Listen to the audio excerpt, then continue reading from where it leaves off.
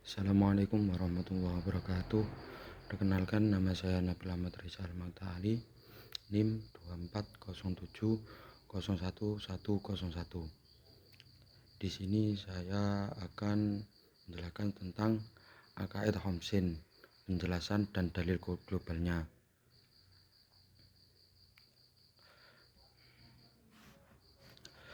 Dalam perkembangan mazhab Asy'ari, untuk memudahkan umat Islam mengenal Allah Ta'ala, ulama Asy'ariyah seperti Imam Sanusi membuat konsep sifat wajib Allah menjadi 20 bagian. 20 sifat ini mempunyai kebalikan yang disebut sifat mutasil Allah. Tidak hanya itu, mereka juga membuat konsep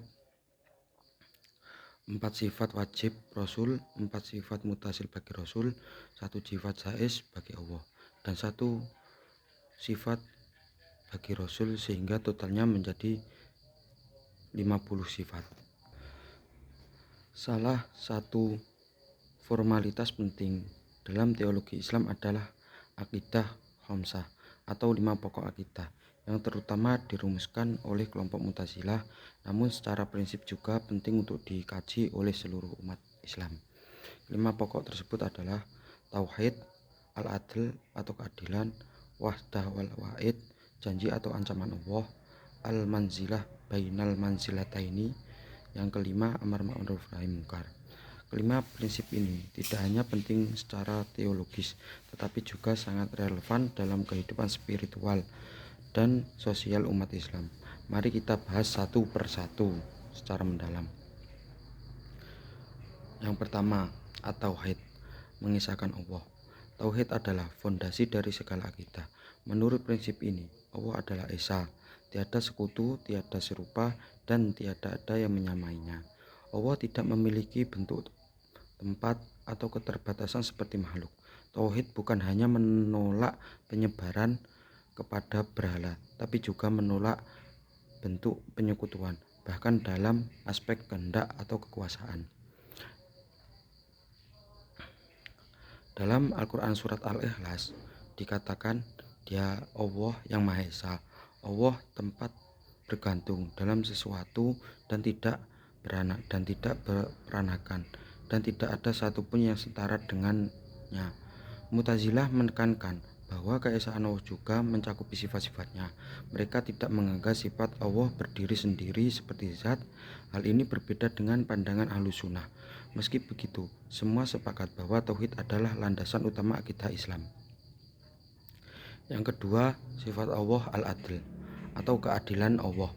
Prinsip ini menyatakan bahwa Allah adalah Maha Adil dan tidak mungkin berbuat zalim. Keadilan Allah harus dipahami bahwa Allah tidak menghukum tanpa alasan. Allah tidak menciptakan keburukan dalam diri manusia. Manusia sendiri yang melakukan perbuatan buruk dengan kehendaknya.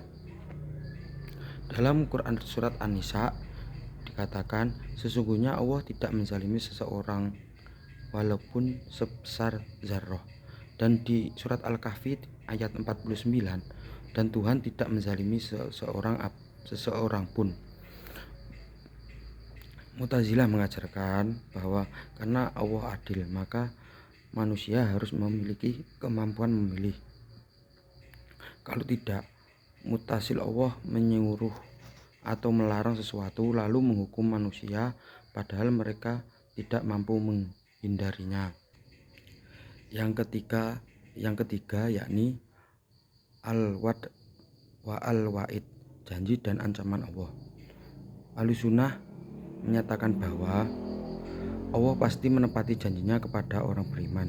Namun ancaman Allah bisa tidak ditepati jika Allah menghendaki apapun. Dalil janji pada surat At-Taubah ayat 72, Allah menjanjikan kepada orang-orang mukmin laki-laki dan perempuan akan masuk surga.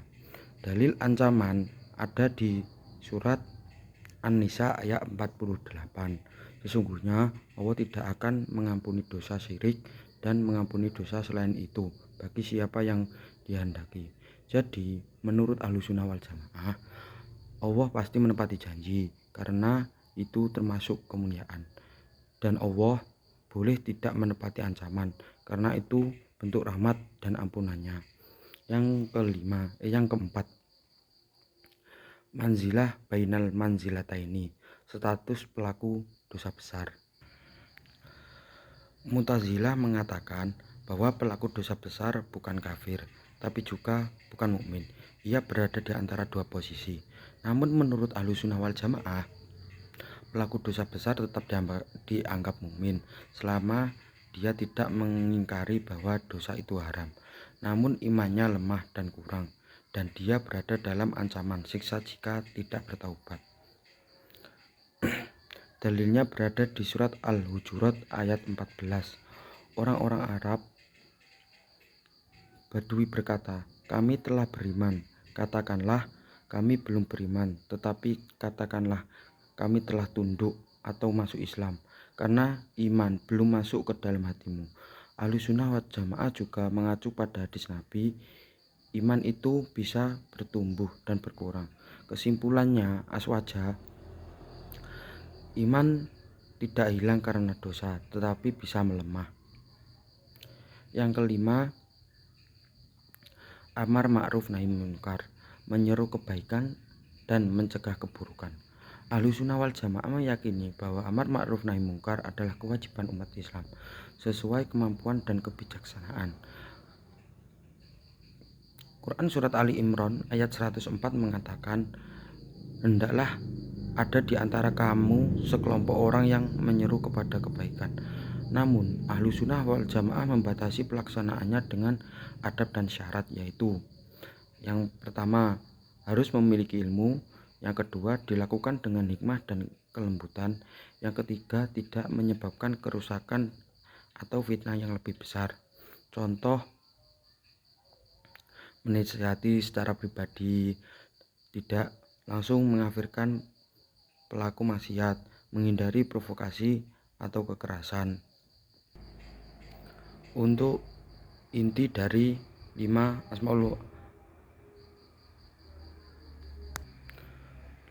inti aqaid khamsah. Yang pertama yakni tauhid. Intinya, tauhid tidak berarti menolak sifat Allah seperti yang dilakukan Mu'tazilah, melainkan menerima seluruh sifat Allah yang disebutkan dalam Al-Quran dan Sunnah sesuai dengan pemahaman salaf yang lurus. Yang kedua, inti dari sifat al-adl.